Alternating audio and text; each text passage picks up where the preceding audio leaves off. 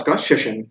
तो आज का पहला प्रश्न है कि निम्नलिखित में से कौन सा राज्य इलायची का उत्पादन नहीं करता है? तो इसका सही आंसर है ऑप्शन डी, ओडिशा। ओडिशा जो है वो इलायची का उत्पादन नहीं करता है, जबकि अन्य सभी राज्य हैं वो इलायची का उत्पादन करते हैं। और आपको पता होगा कि जो केरल है, केरल को मसालों का राज्य भी कहा जाता है। केरल को क्या बोलते हैं? केरल को बोलते हैं मसालों का राज्य। और इसके अलावा आपको ये भी पता होगा कि जो इलायची की पहाड़ियां हैं, जो इलायची की पहाड़ियां हैं वो भी केरल में ही स्थित हैं। ठीक है, तो इलायची की जो पहाड़ियां हैं वो भी कहां पे स्थित हैं? वो भी केरल में ही स्थित हैं। आगे बढ़ते हैं। अगला प्रश्न है कि गेहूं की खेती के लिए निम्नलिखित में से क्या आवश्यक है? गेहूं की खेती के लिए निम्नलिखित में से क्या आवश्यक है? तो इसका सही आंसर है ऑप्शन डी, सामान्य तापमान तथा सामान्य वर्षा। गेहूं की खेती के लिए सामान्य तापमान तथा सामान्य वर्षा की आवश्यकता होती है। अगर यहीं पर हम लोग चावल की खेती की बात करें तो आपको पता होगा कि चावल की खेती के लिए हमें अधिक वर्षा की आवश्यकता होती है। ठीक है, चावल की खेती के लिए हमें अधिक वर्षा की आवश्यकता होती है, इसको भी याद रखिएगा। अगला प्रश्न है कि वर्ष भर बोई जाने वाली फसल कौन सी है? वर्ष भर बोई जाने वाली फसल जो है वो कौन सी है? ऑप्शन आपके सामने है, मक्का, गेहूं, गन्ना या फिर जौ।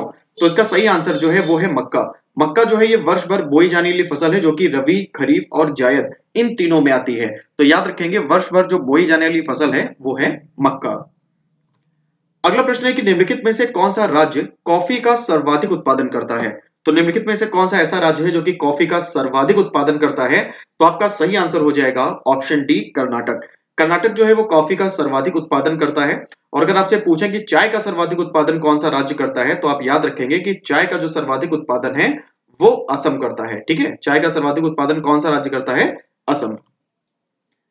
अगला प्रश्न है कि भारत में सिंचित क्षेत्र के सबसे अधिक भाग पर किस फसल की खेती होती है? गन्ना, कपास, गेहूं या फिर चावल? तो भारत में जो सिंचित क्षेत्र है उसके सबसे अधिक भाग पर अगर पूछा जाए कि किस फसल की खेती होती है, तो होती है चावल की। और अगर आपसे पूछा जाए कि भारत की मुख्य फसल क्या है, अगर आपसे पूछा जाए कि भारत की मुख्य फसल क्या है, तो आप याद रखोगे तभी भी आपका आंसर चावल होगा। ठीक है, भारत की जो मुख्य फसल है वो क्या है? वो है चावल। अगला प्रश्न है कि भारत में पीली क्रांति का संबंध किस क्षेत्र से है? भारत में जो पीली क्रांति है उसका संबंध किस क्षेत्र से है? तो आपका सही आंसर हो जाएगा तिलहन उत्पादन। भारत में जो पीली क्रांति का संबंध है वो है तिलहन उत्पादन से। और एक अभी नई क्रांति है, आप याद रखेंगे, कृष्ण क्रांति। तो अगर आपसे पूछा जाए कि कृष्ण क्रांति का संबंध जो है वो किससे है, तो आप याद रखोगे कि कृष्ण क्रांति का जो संबंध है वो बायोडीजल उत्पादन से है। और बायोडीजल किससे प्राप्त किया जाता है, तो आप ये भी याद रखेंगे, बायोडीजल जो है ये प्राप्त किया जाता है जट्रोफा नामक पौधे से। और जट्रोफा को हिंदी में क्या बोलते हैं, तो आप याद रखेंगे जट्रोफा को हिंदी में रतन जोत कहा जाता है। आगे बढ़ते हैं।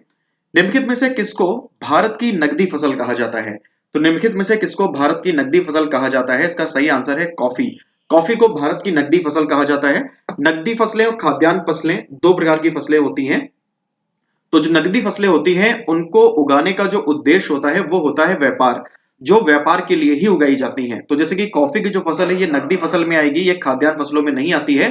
कॉफी की फसल का जो मुख्य जो इसका उद्देश्य है वो व्यापार करना ही है, याद रखेंगे। आगे बढ़ते हैं। काटो और जलाओ कृषि से जो है क्या तात्पर्य है? काटो और जलाओ कृषि से क्या तात्पर्य है? सही आंसर है ऑप्शन ए, स्थानांतरित कृषि। आपने झूम कृषि सुनी होगी। झूम कृषि जो पूर्वोत्तर भारत में की जाती है। झूम कृषि कहाँ की जाती है? पूर्वोत्तर भारत में, जैसे कि मेघालय वगैरह में। तो ये जो झूम खेती है ये स्थानांतरित खेती का ही एक प्रकार है। ठीक है, ये स्थानांतरित खेती का ही एक प्रकार है। ये खेती की सबसे प्राचीन प्रणाली है। आप ध्यान रखेंगे ये खेती की क्या है? सबसे प्राचीन प्रणाली है। और प्रेजेंट टाइम में, वर्तमान समय में, ये जो कृषि है ये भारत में क्या है? ये प्रतिबंधित है। भारत में कृषि जो है इस पर बैन लगा दिया गया है। आगे बढ़ते हैं। निम्नलिखित में से कौन सी एक रोपड़ फसल नहीं है? निम्नलिखित में से कौन सी जो है वो रोपड़ फसल नहीं है? रोपड़ फसल का मतलब होता है जिसमें एक एक पौधा लगाया जाए। ठीक है, उस फसल को रोपड़ फसल बोलते हैं। तो इसका सही आंसर है गन्ना। गन्ना जो है रोपड़ फसल नहीं है, जबकि कॉफी, चावल, चाय ये सभी रोपड़ फसल हैं। तो इनको उगाते समय, इनको खेत में लगाते समय इनका एक एक पौधा लगाया जाता है। आगे देखिए। चाय का सर्वाधिक उत्पादन जो है वो कहां पर होता है? तो चाय का सर्वाधिक उत्पादन जो है वो होता है पर्वतीय ढालों पर। और भारत में चाय का जो सर्वाधिक उत्पादन है वो करता है असम।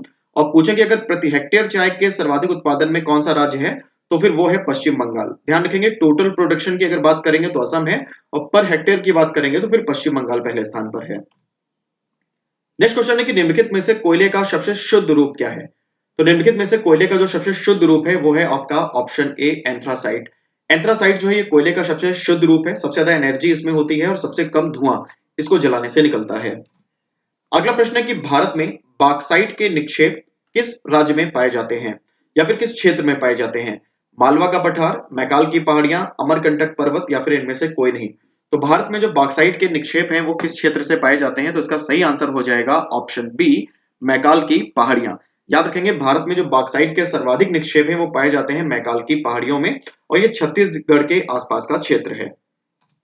अगला प्रश्न देखें, निम्नलिखित में से कौन सा राज्य भारत में सबसे अधिक मैग्नीज का उत्पादन करता है? तो भारत में सर्वाधिक मैग्नीज का उत्पादन होता है मध्य प्रदेश में। ध्यान रखेंगे भारत में सर्वाधिक जो मैग्नीज का उत्पादन है वो किस राज्य में होता है? वो होता है मध्य प्रदेश में। नेक्स्ट क्वेश्चन है कि भारत में सर्वप्रथम सूती वस्त्र उद्योग किस शहर में स्थापित किया गया था? तो भारत में जो सर्वप्रथम सूती वस्त्र उद्योग है ये स्थापित किया गया था कोलकाता में। और आपको पता होगा कि कोलकाता में फोर्ट ग्लास्टर नाम की एक जगह है। कोलकाता में फोर्ट ग्लास्टर नाम की एक जगह है जहां पर सबसे पहले सूती वस्त्र उद्योग लगाया गया था।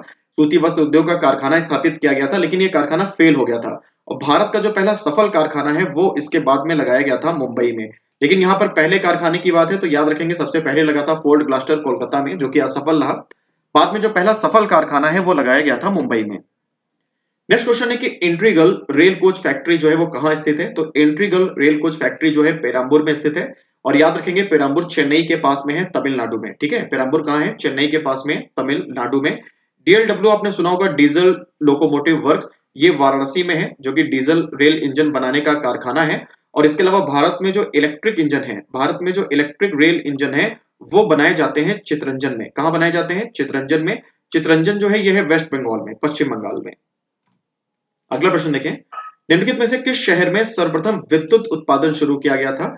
तो इस प्रश्न का सही आंसर है ऑप्शन डी दार्जिलिंग। सबसे पहले भारत में दार्जिलिंग में विद्युत उत्पादन की शुरुआत हुई थी। याद रखेंगे जल विद्युत के माध्यम से उत्पादन शुरू किया गया था, ये भी याद रखेंगे। और प्रेजेंट टाइम में अगर पूछें कि भारत में सर्वाधिक विद्युत उत्पादन किस माध्यम से किया जाता है, तो वो किया जाता है ताप विद्युत केंद्र के माध्यम से। और ताप विद्युत में ईंधन के रूप में कोयले का यूज किया जाता है। ताप विद्युत केंद्र आप समझते होंगे थर्मल पावर प्लांट। तो वर्तमान समय में सबसे ज्यादा जो विद्युत का निर्माण किया जा रहा है भारत में वो ताप विद्युत के माध्यम से ही किया जा रहा है। अगला प्रश्न है कि भारत की स्थल सीमा की लंबाई जो है वो कितनी है? भारत की स्थल सीमा की जो लंबाई है वो कितनी है? तो इसका सही आंसर हो जाएगा ऑप्शन बी 15,200 किलोमीटर। भारत में जो स्थल सीमा की लंबाई है वो है 15,200 किलोमीटर। याद कर लीजिएगा इस प्रश्न को। अगला प्रश्न है कि भारत में पूर्व से पश्चिम तक जो चौड़ाई है वो कितनी है? तो भारत की पूर्व से पश्चिम तक चौड़ाई, तो भारत की पूर्व से पश्चिम तक चौड़ाई की अगर बात करें तो आपसे पूछ रहे हैं ये वाला क्षेत्र, पूर्व से पश्चिम तक जो भारत की चौड़ाई है वो लगभग कितनी है? तो याद रखेंगे पूर्व से पश्चिम तक जो भारत की चौड़ाई है वो है 2,933 किलोमीटर। याद कर लेंगे कितनी है? 2,933 किलोमीटर। अगला प्रश्न है कि भारत की उत्तर से दक्षिण तक लंबाई कितनी है? भारत की उत्तर से दक्षिण तक लंबाई की अगर हम लोग बात करें तो हम लोग इस क्षेत्र की बात कर रहे हैं। भारत की उत्तर से दक्षिण तक लंबाई यानी कि जम्मू कश्मीर से लेकर जो आपका कन्याकुमारी वाला पार्ट है इसकी बात की जा रही है। तो भारत की उत्तर से दक्षिण तक की जो लंबाई है वो है 3,214 किलोमीटर। अगला प्रश्न है कि भारत में सर्वाधिक लंबी तट रेखा वाला राज्य कौन सा है? तो भारत में सर्वाधिक लंबी तट रेखा वाला जो राज्य है वो है आपका ऑप्शन ए गुजरात। भारत में जो सर्वाधिक लंबी तट रेखा वाला राज्य है वो राज्य है गुजरात। और भारत में दूसरी सर्वाधिक लंबी तट रेखा वाला अगर राज्य पूछें कौन सा है तो वो है आंध्र प्रदेश। अब आपको यह भी पता होगा कि आंध्र प्रदेश जो है ये दक्षिण भारत में स्थित है। तो अगर आपसे पूछा जाए कि दक्षिण भारत में सर्वाधिक लंबी तट रेखा वाला राज्य, तभी भी आपका आंसर क्या होगा? तभी भी आपका आंसर होगा आंध्र प्रदेश। याद कर लीजिएगा। अगला प्रश्न है कि कौन सी अक्षांश रेखा भारत के मध्य भाग से होकर गुजरती है? तो ऐसी कौन सी अक्षांश रेखा है जो कि भारत के मध्य भाग से होकर गुजरती है? तो आपका सही आंसर है कर्क रेखा। 23.5 डिग्री उत्तरी अक्षांश रेखा को ही कर्क रेखा कहते हैं, ट्रॉपिक ऑफ कैंसर। तो कर्क रेखा भारत के मध्य भाग से होकर गुजरती है और यह भारत के 8 राज्यों से होकर गुजरती है। इसको याद करने की मैंने आपको एक ट्रिक भी बताई थी पहले कि मित्र पर गमछा झार। इससे आप याद कर सकते हैं कि कौन कौन से राज्य हैं जहां से कर्क रेखा गुजरती है। तो मी से हो जाएगा मिजोरम, त्रा से हो जाएगा त्रिपुरा, पा से पश्चिम बंगाल, रा से राजस्थान, गा से गुजरात, मा से मध्य प्रदेश, छा से छत्तीसगढ़ और झार से झारखंड। तो ये भारत के 8 राज्य हैं जिनसे होकर कर्क रेखा गुजरती है। अगला प्रश्न है कि भारत का पूर्वी बिंदु वलांगू किस राज्य में स्थित है? तो भारत का जो पूर्वी बिंदु है वलांगू वो किस राज्य में स्थित है? तो आपका सही आंसर हो जाएगा ऑप्शन ए अरुणाचल प्रदेश। जो भारत का पूर्वी बिंदु है वलांगू वो स्थित है अरुणाचल प्रदेश में, याद रखेंगे पूर्वी बिंदु वलांगू अरुणाचल प्रदेश में स्थित है। पश्चिमी बिंदु जो है भारत का वो है सरक्रीक, ये गुजरात में स्थित है। उत्तरी बिंदु है भारत का इंदिरा कॉल, ये जम्मू कश्मीर में स्थित है। और दक्षिणी जो बिंदु है इंदिरा पॉइंट, ये अंडमान निकोबार में स्थित है। और भारत की मुख्य भूमि का जो दक्षिणी बिंदु है वो है केप कैमोरिन, ये तमिलनाडु में स्थित है। तो इनको भी साथ में याद रखिएगा। अगला प्रश्न है कि भारत का सर्वाधिक ऊंचाई पर स्थित राष्ट्रीय उद्यान कौन सा है? भारत का सर्वाधिक ऊंचाई पर स्थित जो राष्ट्रीय उद्यान है वो कौन सा है? तो सही उत्तर हो जाएगा ऑप्शन बी नामदफा राष्ट्रीय उद्यान। जो भारत में सर्वाधिक ऊंचाई पर स्थित राष्ट्रीय उद्यान है वो है नामदफा राष्ट्रीय उद्यान, और ये अरुणाचल प्रदेश में स्थित है। कहां स्थित है ये? याद रखेंगे ये अरुणाचल प्रदेश में स्थित है, नोट कर लीजिएगा, मोस्ट इंपॉर्टेंट है, ये अरुणाचल प्रदेश में स्थित है। इसके अलावा जो हिमिस राष्ट्रीय उद्यान है ये भारत में सर्वाधिक क्षेत्रफल वाला राष्ट्रीय उद्यान है। हिमिस राष्ट्रीय उद्यान भारत में सर्वाधिक क्षेत्रफल वाला राष्ट्रीय उद्यान है, और ये कहां स्थित है? ये स्थित है लद्दाख में। ये कहां स्थित है? लद्दाख में। जिम कॉर्बेट राष्ट्रीय उद्यान जो है ये भारत का सबसे प्राचीन राष्ट्रीय उद्यान है जो कि उत्तराखंड में स्थित है। उत्तराखंड के नैनीताल जिले के रामनगर में है। इसकी स्थापना की गई थी 1935 में, और पुराने समय में इसका नाम हैली नेशनल पार्क हुआ करता था। अगला प्रश्न है कि निम्नलिखित में से कौन सा स्थान भूमध्य रेखा से सर्वाधिक नजदीक है? तो इस प्रश्न का सही उत्तर है ऑप्शन बी इंदिरा पॉइंट। देखो अगर आप इंडिया का मैप देखोगे ध्यान से तो इंडिया का मैप जो है वो कुछ इस तरीके से है। आपको पता है कि जो इंडिया का मैप है वो कुछ इस तरीके से है। तो कर्क रेखा भारत के बीच से गुजरती है, ठीक है। और यहाँ पर जो है आपको पता है कि भारत का दक्षिणी बिंदु है जिसको हम लोग क्या बोलते हैं? जिसको हम लोग बोलते हैं इंदिरा पॉइंट। अंडमान निकोबार में है इंदिरा पॉइंट। तो भूमध्य रेखा इसके और नीचे है भाई। कर्क रेखा ऊपर है 23.5 डिग्री उत्तरी अक्षांश, और भूमध्य रेखा का मतलब 0 डिग्री अक्षांश। तो 0 डिग्री जो आपका अक्षांश है, 0 डिग्री जो अक्षांश है उसके थोड़ा सा ऊपर जाएंगे तो आपको इंदिरा पॉइंट मिलेगा सबसे पहले। यही भारत का दक्षिणी बिंदु है। तो यही स्थान भूमध्य रेखा के सबसे नजदीक है, याद रखिएगा। भारत की जो सबसे लंबी सीमा है वो किस देश के साथ लगती है? तो भारत की सबसे लंबी सीमा लगती है बांग्लादेश के साथ। एक मैंने आपको ट्रिक बताई थी इसको याद करने की, बचपन में एमबीए किया, ठीक है। मैंने आपको एक ट्रिक बताई थी, बचपन में एमबीए किया। तो इससे आप याद कर सकते हो, बचपन में एमबीए किया तो बा से हो जाएगा बांग्लादेश, चा से चीन, पा से पाकिस्तान, ना से नेपाल। बांग्लादेश, चीन, पाकिस्तान, नेपाल। और एम से म्यांमार, बी से भूटान, ए से अफगानिस्तान। म्यांमार, भूटान, अफगानिस्तान। तो ये भारत के 7 पड़ोसी देश है जिनके साथ भारत की सीमा लगती है, और इसमें सबसे अधिक सीमा लगती है बांग्लादेश के साथ, सबसे कम सीमा लगती है अफगानिस्तान के साथ। तो ये सीमाओं का भी क्रम है, अगर इसको आप याद करेंगे तो इससे आपको सीमाओं का क्रम भी याद हो जाएगा। हाँ, एक चीज और बता देता हूं कि बांग्लादेश के साथ सीमा लगती है 4096 4096 किलोमीटर, जबकि अफगानिस्तान के साथ सीमा लगती है 106 किलोमीटर, याद कर लीजिएगा। जवाहर सुरंग कहाँ स्थित है? जम्मू कश्मीर, राजस्थान, उत्तराखंड या फिर हिमाचल प्रदेश? जवाहर सुरंग कहाँ स्थित है? सही आंसर है ऑप्शन ए जम्मू कश्मीर। और याद रखेंगे जवाहर सुरंग जो है ये बनिहाल दर्रे में स्थित है। अगर आपसे पूछे कि किस दर्रे में स्थित है तो आपका जो बनिहाल दर्रा है उसमें ही जवाहर सुरंग स्थित है, याद रखिएगा इसको। भारत में किस भौगोलिक क्षेत्र का सर्वाधिक विस्तार है? भारत में किस भौगोलिक क्षेत्र का सर्वाधिक विस्तार है? तो सही आंसर आ जाएगा आपका दक्षिण का पठार। मध्य प्रदेश के जो है दक्षिणी भाग से लेकर कर्नाटक तक का इसका विस्तार है, दक्षिण के पठार का। तो यही भारत का सबसे विस्तृत भौगोलिक क्षेत्र है। अगला प्रश्न है कि नाथुला दर्रा किस राज्य में स्थित है? तो नाथुला दर्रा किस राज्य में स्थित है? सही आंसर है ऑप्शन ए सिक्किम। नाथुला दर्रा जो है ये सिक्किम में स्थित है, ठीक है। नाथुला दर्रा कहां पे स्थित है? याद रखेंगे नाथुला दर्रा जो है वो सिक्किम में स्थित है। नेक्स्ट क्वेश्चन है कि बोमडिला बोमडिला दर्रा जो है वो किस राज्य में स्थित है? बोमडिला दर्रा किस राज्य में स्थित है? तो इसका सही आंसर है ऑप्शन बी अरुणाचल प्रदेश।